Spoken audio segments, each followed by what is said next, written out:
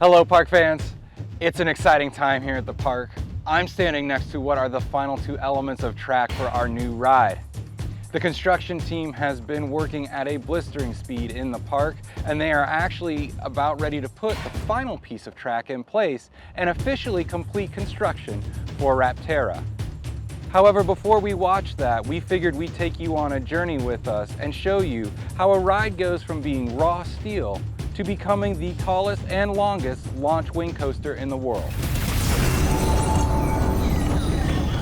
We had the opportunity to visit Clermont Steel Fabricators in Batavia, Ohio, where we saw Rapterra transform from pieces of raw steel into the beautiful ride it is today. All the steel that makes up Rapterra starts as raw sheets or pipes of varying thickness. The fabricators select the type of steel that corresponds to the design from Bolliger and Mabillard, the ride's designers. The designers provide the fabricators with the detailed specifications for each section of track. A giant plasma cutter cuts the sections of steel to the precise measurements dictated by each piece. The length of time it takes to cut each piece is determined by the thickness of the steel needed for that section of track. The large pieces of steel that have been cut are then run through a machine that will bend them according to the specification of the ride. Once the pieces are cut, they go through a series of welds.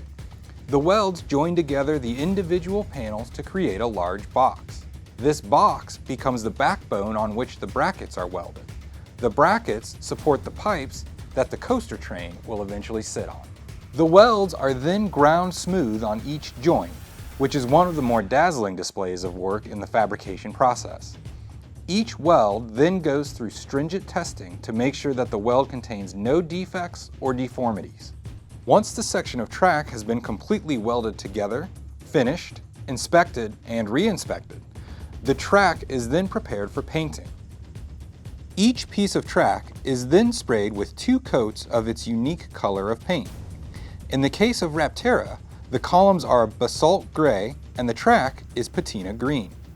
The 2 coats help protect the steel underneath and will need to cure for several days before shipping. Once the sections of painted track are done curing, they are loaded onto trucks where they are shipped from the fabricator in Batavia, Ohio to King's Dominion. And after a few minutes of maneuvering and with some final adjustments, the last of the 76 pieces of the world's tallest and longest launch wing coaster is set in place. It truly is an exciting day here at King's Dominion. With the last piece of track now in place, we're going to see construction focus on completing the infrastructure to support this ride.